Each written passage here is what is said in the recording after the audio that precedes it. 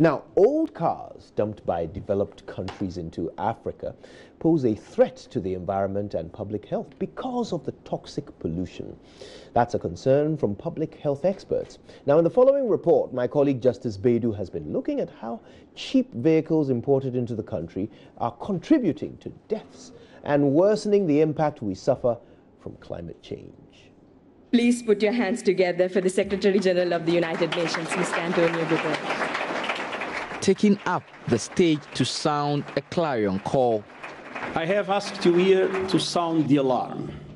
Climate change is the defining issue of our time, and we are at a defining moment. This message is being delivered in faraway New York, but it would resonate well in developing countries like Ghana.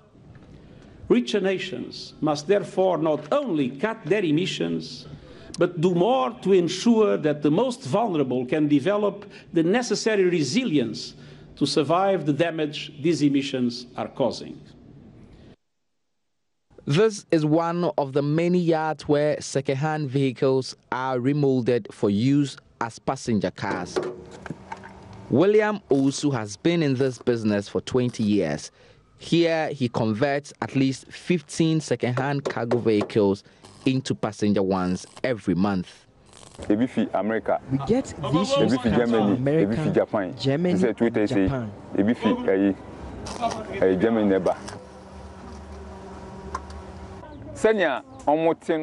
dangerous thing, they say, take it to Africa.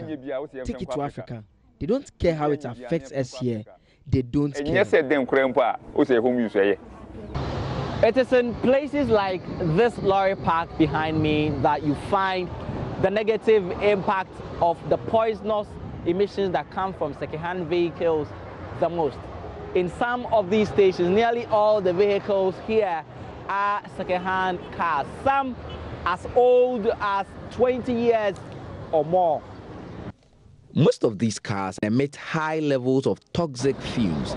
This pollutes the air and produces carbon dioxide, which contributes to depleting the ozone layer, the Earth's shield from the sun's radiation. In parts of Africa, more than 80% of all vehicles imported are second-hand. The poisonous fumes some of these old cars emit contribute to over 6,500 deaths in Ghana every year, according to the WHO. Acute respiratory illness from air pollution accounts for 1 in 10 outpatient hospital visits. Sometimes when people die and we are doing post-mortem, when we cut them open and we slice up the lungs, you see black dots in the lungs, telling you how much of these things they have inhaled over the course of their lifetime. The global trade in second-hand vehicles is making rich countries richer, while keeping poor ones even poorer and sicker. Justice Bedu, JoyNews, Accra.